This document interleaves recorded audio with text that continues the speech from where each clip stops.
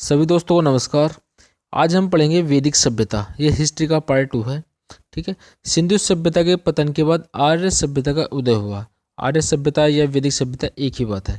आर्यों की सभ्यता वैदिक सभ्यता या वैदिक सिविलाइजेशन भी कहलाती है। वैदिक सभ्यता दो कालखंडों में विभक्त है। पहली कौन सी है? ऋग्वैदिक सभ्यता, और दूसरी है उत्तर वैदिक सभ्यता। ठीक है। ऋग्वैदिक सभ्यता के ज्ञान का मूल स्रोत क्या है? ऋग्वेद है। ऋग्वैदिक काल से अभिप्राय उस काल से जिसका विवेचन हमें कहाँ मिलता है? ऋग्वेद में मिलता है। इस काल के अध्ययन के लिए दो प्रकार के साक्ष्य उपलब्ध हैं। पहला साक्ष्य है हमारा पुरातात्विक साक्ष्य, ठीक है, और दूसरा कौन सा हमारा साहित्यिक साक्ष्य है, जिसे हम आगे पढ़ेंगे। तो इसमें क्या क्या है? पुरातात्विक साक्ष्य में है चित्र धूसर मृदभांड। मृदभांड किसे कहते हैं? जो मिट्टी के बर्तन वगैरह होते हैं, इनके टुकड़े होते हैं, ठीक है, मृदभांड। और धूसर मृदभांड संस्कृत के 109 स्थल जो मिले हैं, 109, ठीक है, ये मिले हरियाणा और पंजाब में। 24 मिले हैं उत्तर प्रदेश में और 8 मिले हैं राजस्थान में। तो उत्तर प्रदेश में कितने? 24, और हरियाणा और पंजाब में कितने हैं? 109 स्थल खुदाई में मिले हैं, ठीक है, जिससे पता चलता है इस सभ्यता के बारे में। आगे, खुदाई में हरियाणा के पास भगवानपुरा में 13 कमरों वाला एक भवन एवं पंजाब में भी 3 स्थल ऐसे मिले हैं जिनका संबंध ऋग्वेदिक काल से जोड़ा जाता है। तो हरियाणा के पास भगवानपुरा में मिले हैं 13 कमरों वाला एक भवन, एवं पंजाब में भी 3 स्थल ऐसे मिले हैं जिनका संबंध जोड़ा जाता है ऋग्वेदिक काल से। अब कुछ अभिलेख ऐसे मिले हैं जिनका संबंध ऋग्वेदिक काल से जोड़ा जाता है, ठीक है। पहला है बोगाज कोई अभिलेख, इसको बोलते हैं मितनी अभिलेख भी बोलते हैं, ठीक है। 1400 ईसा पूर्व में मिला था ये। एक इस लेख में हित्ती राजा सुब्बी लिम्मा और मितानी राजा मतु अजा के मध्य हुई संधि के साक्ष्य के रूप में वैदिक देवताओं इंद्र, मित्र, वरुण और नासत्य को उद्धत किया गया है, ठीक है। यहाँ अश्विन को नासत्य कहा गया है। ये उस समय क्या है? देवता हैं। इंद्र अभी भी हैं, वरुण अभी भी हैं, ठीक है। ये और बाकी नासत्य वगैरह क्या है? उस समय के देवता माने जाते हैं। अगला हमारा अभिलेख है कस्सी अभिलेख। ये था 1600 ईसा पूर्व में मिला है। इस अभिलेख से यह सूचना मिलती है कि ईरानी आर्यों की एक शाखा भारत में आई। जो ईरान के आर्यन थे, उनकी एक शाखा कहाँ थी? भारत में आए थे। अगला साक्ष्य मिलता है हमें साहित्यिक अभिलेख से, ठीक है। साहित्य अभिलेख में क्या है? सबसे पहले ऋग्वेद, इसमें 10 मंडल एवं 1028 सूक्त हैं। पहला एवं 10वां मंडल जोड़ा गया है, पहला और 10वां मंडल जोड़ा गया है, जबकि दूसरे से 7वां मंडल क्या है? बहुत पुराना है। दूसरा और 7वां मंडल क्या है? पुराना है। काल निर्धारण क्या है? कुछ महान पुरातत्वविदों ने आर्यों के आगमन का काल विभिन्न विद्वानों ने अपने ढंग से निर्धारित करने की चेष्टा की है। तो बाल गंगाधर तिलक ने बताया है 1600 ईसा पूर्व। जो आर्य भारत में आए थे वो 1600 ईसा पूर्व में आए थे, ठीक है। और ये हरमन जे को भी बोलते हैं कि 4500 से 2500 ईसा पूर्व के मध्य आए थे। विटरनिज के अनुसार 3000 ईसा पूर्व में आए थे। आर के मुखर्जी बोलते हैं कि ये 2500 ईसा पूर्व आए थे, जबकि मैक्स मिलर बोलते हैं कि ये भारत में जो आए थे 1500 ईसा पूर्व में आए थे। तो हमें दो मुख्य रूप से देखनी है। पहले देखनी है बाल गंगाधर तिलक वाली, और दूसरी देखनी है मैक्स मिलर के अनुसार इन्होंने क्या बताया टाइम पीरियड। तो बाल गंगाधर तिलक ने 6000 ईसा पूर्व और मैक्स मिलर ने बताया है 1500 ईसा पूर्व। ये ज़्यादा इंपॉर्टेंट है। अब आर्यों का मूल निवास किसने क्या बताया है? तो बाल गंगाधर तिलक ने बताया है आर्कटिक प्रदेश की जो आर्यन आए थे आर्कटिक प्रदेश से आए थे। और ये फिलिप सेसेटी और विलियम जोन्स बताते हैं कि ये यूरोप से आए थे, ये यूरोपियन थे। पी गाइल्स बताते हैं कि हंगरी तथा डेन्यूब नदी के आसपास से आए थे, ठीक है। और मैक्सवेल बोलते हैं कि मध्य एशिया से आए थे। मध्य एशिया से आए थे कौन? आर्यन। फेंका बोलते हैं ये स्कैंडिनेवियाई हैं। और स्वामी दयानंद बोलते हैं कि जो आर्यन हैं ये तिब्बतन हैं, तिब्बत के निवासी हैं। तो ये बात तो निष्कर्ष निकलता है इस बात से कि ये भारतीय तो थे ही नहीं, ठीक है। ये बाहर से आए थे और यहाँ पे आके इन्होंने अपना मतलब राजस्व नहीं, अपने आप को स्थापित कर लिया था। आर्यों का संघर्ष, ठीक है। आर्यों का संघर्ष गेरिक मृदभांड एवं लाल और काले मृदभांड वाले लोगों से हुआ है। अभी समझते हैं गेरिक होती है, ठीक है। जो हमारा सिलेटी कलर होता है एक टाइप का, या गेरुआ कलर होता है, ठीक है। उस टाइप के जो मृदभांड जो लोग यूज करते थे एक उनसे, और जो लाल और काले रंगे मृद भांड जो लोग यूज करते थे, उन दो टाइप के लोगों से इनका जो संघर्ष हुआ था। ठीक है, ये बर्तनों के आकार या उसके कलर के अनुसार इनको विभाजित कर दिया था। एक था गेरुआ कलर वाला गेरिक, और दूसरा कौन सा था, लाल और काले रेड और ब्लू वाले। इन लोगों से इनका जो संघर्ष हुआ था। आर्यों के विजय होने का कारण था घोड़े चालित रथ, कांसे के अच्छे उपकरण, ठीक है, या हथियार बोल सकते हैं कांसे के बने हुए, तथा कवच। विशिष्ट प्रकार के दुर्गों का प्रयोग आर्य संभवतः करते थे। इसे पूर्व कहा जाता था। वह धनुष बाण का प्रयोग भी करते थे। प्रायः दो प्रकार के बाणों का प्रयोग होता था। पहला विषाक्त बिल्कुल जहरीला एवं सींग के सिर मुख वाला। एक तो जहरीला था और सींग के सिर मुख वाला था, ठीक है। दूसरा तांबे के मुख वाला था।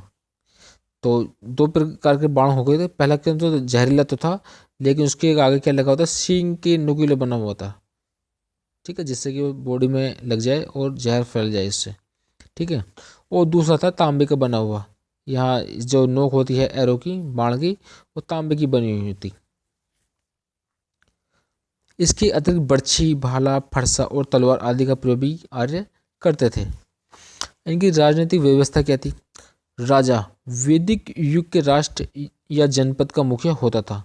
राजा वैदिक युग के राष्ट्र या जनपद का मुखिया होता था। सामान्यतः राजा का पुत्र ही पिता की मृत्यु के बाद राजा के पद को प्राप्त करता था। मतलब राजा जब इसकी डेथ हो जाएगी तो इसका पुत्र ही राजा बनता था, ठीक है। ये इसमें वंशानुक्रम हायरार्की चली थी। इनका प्रशासन किस तरह से चलता था? इस काल की अर्थव्यवस्था एक निर्वाह अर्थव्यवस्था थी, जिसमें अधिशेष के लिए बहुत कम गुंजाइश थी। अतः करारोपण प्रणाली भी स्थापित नहीं हो पाई थी, मतलब कर नहीं लेते थे उस समय, ये सिस्टम नहीं था। तथा राजकीय अधिकारियों की संख्या भी बहुत कम थी, सीमित थी। किंतु राजा की अपने दायित्व निर्वाह के बदले प्रजा से बलि कर पाने का अधिकारी माना जाता था। पहले बलि बहुत चलती थी उस समय के टाइम पे, तो जो बलि जो लोग देते थे वो राजा को इसका कर भी देते थे, बलि कर। यह राजा को स्वेच्छा पूर्वक दिया गया उपहार होता था, मतलब राजा खुद नहीं मांगता था, अपनी इच्छा से दे देते थे। राजा को प्रारंभ में प्रजा से नियमित कर नहीं मिलते थे। इंद्र से प्रार्थना की गई कि वह राजकर देने के लिए प्रजा की विवेश करे, प्रजा को विवेश करे, ठीक है। इंद्र से प्रार्थना कैसे की गई थी? वो मूर्ति के आगे हाथ जोड़े कि हाँ कि प्रजा से बोलो कि हमें कर दें। कालांतर में नियमित करों की प्रथा तथा उत्तर वैदिक काल में प्रतिष्ठित हुई। बाद में ये हो गई थी कर देने की जो व्यवस्था थी। अब इनकी जजमेंट कैसा था, न्याय व्यवस्था कैसी थी? विचारकों के अनुसार, जो विचारक हैं हिस्ट्री के, वो बताते हैं इस काल में विधि या धर्म की सर्वोच्चता की घोषणा ही नहीं की थी, वरन राजसत्ता द्वारा इसके पालन पर भी जोर दिया जाता था। ऋग्वेद में विधि व्यवहार के लिए धर्मन, बाद में धर्म शब्द का प्रयोग हुआ था।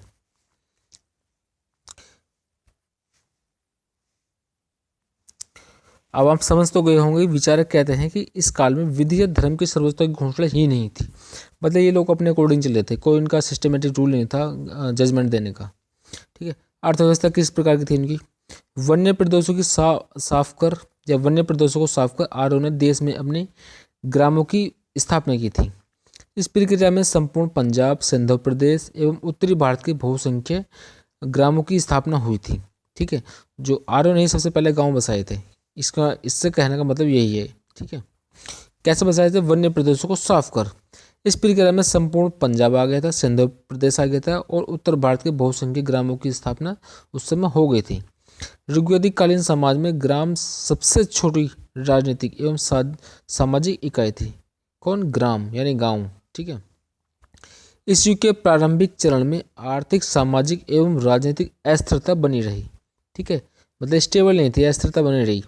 आर्यजनों में संयुक्त परिवार प्रथा थी, ठीक है। आपके यहाँ से दो क्वेश्चन बनते हैं इस टॉपिक से, अर्थव्यवस्था से, ठीक है। जो सबसे छोटी इकाई क्या थी राजनीतिक एवं सामाजिक की, ये क्या थी? गांव थी, ग्राउंड थी, ठीक है। आर्य जो किस तरह से रहते थे? संयुक्त परिवार में रहते थे, एकल परिवार में नहीं, बिल्कुल संयुक्त परिवार में रहते थे। जो इनके महत्वपूर्ण शिल्प थे, कलाकारी थी, क्या थी? आर्य मुख्यतः 3 धातुओं का प्रयोग करते थे, सोना, तांबा और कांसा। महिला कपड़े बुनने का कार्य करती थी। लकड़ी की कटाई, धातु उद्योग, बुनाई, कुंभकारी और बढ़ईगिरी आदि शिल्प प्रचलित थे उस समय पे। तो इनकी विनिमय प्रणाली क्या थी? विनिमय मतलब एक्सचेंज में कोई सामान लेना, जैसे हम रुपये देकर कुछ भी सामान खरीद लेते हैं, इस तरह से। वस्तु विनिमय प्रणाली उस युग में भी प्रचलित रही होगी, ऐसे तो हम मान सकते हैं कि उस समय भी चलती होगी कुछ ना कुछ, हर इंसान के पास सभी कुछ तो होता नहीं है। यद्यपि विनिमय के रूप में गाय, घोड़े एवं निष्क का प्रयोग होता था। निष्क संभवतः स्वर्ण आभूषण होता था या फिर सोने का एक ढेला। जाहिर है कि अभी नियमित सिक्के विकसित नहीं हुए थे, ठीक है। कब? वैदिक काल में। अष्टकणों नाम से यह विदित होता है कि ऋग्वैदिक आर्यों की संभवतः अंकों की जानकारी थी। ऋण देकर ब्याज न देने वाले को क्या कहा जाता था? वेक नॉट, ठीक है। ऋण देकर ब्याज देने वाले को क्या कहा जाता था? वेक नॉट या वेक नाट। अब इनकी सामाजिक प्रणाली कैसी थी? वर्ण व्यवस्था ऋग्वेदिककालीन समाज की व्यवस्था का प्रमुख आधार थी। वर्ण व्यवस्था क्या है? ये ब्राह्मण, क्षत्रिय, वैश्य और शूद्र, ये क्या थे? वर्ण व्यवस्था थी। इस व्यवस्था के अंतर्गत प्रत्येक व्यक्ति को अपने स्वाभाविक गुणों के अनुरूप कार्य करने के चयन की स्वतंत्रता थी कि कोई भी व्यक्ति कोई भी कार्य कर सकता था। अतः व्यक्ति के कर्म का विशिष्ट महत्व था, क्योंकि व्यक्ति के वर्ण का निर्धारण उसके कर्म से होता था। और आज कैसे होता है? उसके पैदा होने पे कि किस वर्ण में हो रहा है, कि ब्राह्मण का बेटा अपनी पंडितगिरी करेगा, ठीक है। क्षत्रिय का बेटा वही अपने आर्मी वगैरह में जाएगा, जैसे भी करेगा, मतलब आर्मी वगैरह में जा सकता है और भी चूज़ कर सकता है, लेकिन रहेगा वो क्षत्रिय, चाहे काम करे वो मोची वाला या किसानों वाले काम भी करे, लेकिन रहेगा क्या? क्षत्रिय। शूद्र कोई भी काम करे लेकिन उसको माना जाएगा हमेशा शूद्र ही, लेकिन पहले ऐसा नहीं था। अपने गुण एवं कर्म के अनुसार किए गए कर्तव्य समाज में वर्ण धर्म के नाम से अभिहित किए जाने लगे। आर्य प्रारंभ में एक ही वर्ण के थे और आर्यों का समूह क्या कहलाता था? विष कहलाता था। एक क्वेश्चन आपको यहाँ से भी बनता है, ठीक है। आर्यों का समूह क्या कहलाता था? विष कहलाता था। साहित्यिक सामग्री वेद आर्यों का प्राचीनतम ग्रंथ है। वेद 4 हैं: ऋग्वेद, सामवेद, यजुर्वेद और अथर्ववेद। इन सभी में ऋग्वेद सबसे क्या है? सबसे प्राचीन वेद है। कौन सा प्राचीन वेद है? ऋग्वेद, ठीक है। ऋग्वेद ऋक अर्थात स्थिति और ज्ञान। ऋग्वेद सबसे पहला वेद है जो पद्यात्मक है। पद्यात्मक बोल सकते हैं आप, एक टाइप के पोएम के फॉर्मेट में लिखा गया है, ठीक है, या गाने वाले फॉर्मेट में। इसमें क्या है? 10 मंडल हैं, 10 अध्याय हैं, 1028 सूक्त हैं इसमें, और 11,000 क्या है? मंत्र हैं।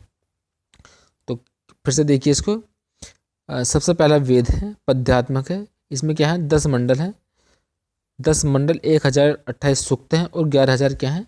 मंत्र हैं इसके अंदर। इस वेद की 5 शाखाएं हैं। कौन कौन सी हैं? साकल्प, वास्कल, अश्वलायन, सांख्यायन और मंडूकायन। इसमें भौगोलिक स्थिति और देवताओं के आवाहन के मंत्रों के साथ बहुत कुछ है। ऋग्वेद की ऋचाओं में देवताओं की प्रार्थना, स्तुतियाँ और देवलोक में उनकी स्थिति का क्या है? वर्णन है। इसमें जल चिकित्सा, वायु चिकित्सा और सौर चिकित्सा, मानस चिकित्सा और हवन द्वारा चिकित्सा आदि का भी जानकारी मिलती है। ऋग्वेद के 10वें मंडल में औषधि सूक्त यानी दवाओं का जिक्र मिलता है। किसमें? ऋग्वेद में। इसमें औषधियों की संख्या 125 के लगभग बताई गई है, ठीक है, जो कि 107 स्थानों पर पाई जाती है। औषधि में सोम का विशेष वर्णन है। ऋग्वेद में च्यवन ऋषि को पुनः युवा करने की कथा भी मिलती है। मतलब च्यवन ऋषि थे पहले बूढ़े थे, और ऋग्वेद के जो दवाई वगैरह थी इस समय की, उनके थ्रू क्या हो गए थे? ये युवा बन गए थे, जवान हो गए थे।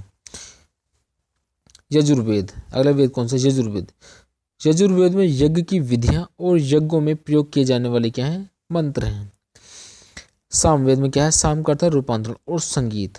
सौम्यता और उपासना, इस वेद में ऋग्वेद की ऋचाओं का संगीत में रूप है, ऋग्वेद की ऋचाओं का, ठीक है। सामवेद गीतात्मक यानी गीत के रूप में है।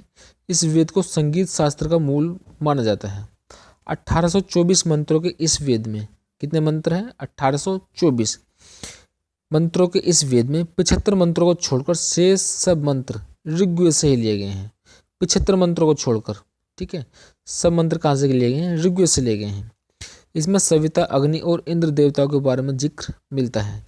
इसमें मुख्य रूप से 3 शाखाएं और 75 ऋचाएँ हैं। ठीक है, अब आपको ये बता दूँ ये यजुर्वेद जो है, ये जब भूत प्रेत वाला भी वेद है इसमें। ठीक है, इस सब की इसमें क्या दे रखी है, कैसे कंट्रोल करना है इनको, इस सब का दे रखा है। ठीक है, आपको जो अगर मिलता है यज्ञ विधि कहाँ मिलती हैं, सब भूत प्रेत दूर को इनको भगाने वाला भी इसमें मिलता है यजुर्वेद में। कभी कभी क्वेश्चन आता है, ध्यान देना इसका। ठीक है, अथर्ववेद, इसमें रहस्यमय विद्याओं, जड़ी बूटियों, चमत्कार और आयुर्वेद आदि का जिक्र है। इसमें इस अध्याय में 5687 क्या है, मंत्र हैं। ठीक है, इसमें 8 खंड हैं, जिनमें भेषज वेद और धातु वेद ये 2 नाम मिलते हैं। उपनिषद, उपनिषद शब्द का साधारण अर्थ है समीप, उपवेशन या समीप बैठना, ब्रह्म विद्या की प्राप्ति के लिए शिष्य का गुरु के पास बैठना। उपनिषद में ऋषि और शिष्य के बीच बहुत सुंदर और गूढ़ संवाद है, जो पाठक को वेद के मर्म तक क्या है पहुंचाता है। उपनिषदों की कुल संख्या 108 है। इनको निम्नलिखित श्रेणियों में विभाजित किया गया है। कौन कौन सी श्रेणियां हैं ये? पहला है ऋग्वेदीय, ऋग्वेदीय में है या ऋग्वेद में है 10 उपनिषद हैं। हमारे यजुर्वेद जो होता है 2 प्रकार का होता है, एक शुक्ल यजुर्वेद, एक दूसरा होता है कृष्ण यजुर्वेद। तो शुक्ल में कितनी है 19 उपनिषद हैं, और कृष्ण यजुर्वेदीय में है 32 उपनिषद। सामवेद में है 16 उपनिषद और अथर्ववेद में है 31 उपनिषद। वेदांग क्या होते हैं? वेदांग हिंदू धर्म ग्रंथ हैं। शिक्षा, कल्प, व्याकरण, ज्योतिष, छंद और निरुक्त ये 6 वेदांग हैं। तो वेदांगों की संख्या कितनी है 6, और हमारे उपनिषद कितने हैं 108। कभी कभी संख्या पूछ लेता है एग्जाम में, तो ध्यान रखना है। ठीक है, अब पुराण क्या होते हैं हमारे? पुराण हिंदुओं के धर्म संबंधी आख्यान ग्रंथ हैं, जिनमें सृष्टि, लय, प्राचीन ऋषियों, मुनियों और राजाओं के वृत्तांत हैं। ठीक है, ये वैदिक काल के काफ़ी बाद के ग्रंथ हैं, जो स्मृति विभाग में आते हैं। भारतीय जीवन धारा में जिन ग्रंथों का महत्वपूर्ण स्थान है, उनमें पुराण भक्ति ग्रंथों के रूप में बहुत महत्वपूर्ण माने जाते हैं। 18 पुराणों में अलग अलग देवी देवताओं को केंद्र मानकर पाप और पुण्य, धर्म और अधर्म, कर्म और अकर्म की गाथाएं की गई हैं। ठीक है, अब हमारे 18 पुराण हैं, एक बार नाम देख लेते हैं इनका। सबसे पहला है ब्रह्म पुराण, दूसरा है पद्म पुराण, तीसरा है विष्णु पुराण, चौथा वायु पुराण, भागवत पुराण, नारद पुराण, मार्कंडेय पुराण, अग्नि पुराण, भविष्य, ब्रह्मवैवर्त, लिंग पुराण, वाराह पुराण। उसके बाद है स्कंद पुराण, वामन पुराण, कुर्म पुराण, मत्स्य पुराण, गरुड़ पुराण और ब्रह्मांड पुराण। ये आपके क्या हो गए 18 पुराण हो गए। ठीक है, 6 वेदांग हो गए हमारे, 18 पुराण, 6 वेदांग और 108 क्या हो गए उपनिषद हो गए, और 4 हमारे क्या हो गए वेद हो गए। ठीक है, ये मेन इंपॉर्टेंट है जो कभी कभी पूछ लेते हैं। और इस वैदिक सभ्यता में केवल इतना ही है, कोई ज़्यादा कुछ नहीं है इसमें पढ़ने को। बस आपको कुछ डेट वाइज याद रखनी है, जो जितना मैंने बता दिया उतना ही पढ़ लीजिए, ये काफ़ी है। ठीक है, अगर आप चैनल पर नए व्यूअर हैं, पहली बार इस वीडियो को देख रहे हैं, तो इस चैनल को आप सब्सक्राइब कर सकते हैं। वीडियो देखने के लिए बहुत बहुत धन्यवाद।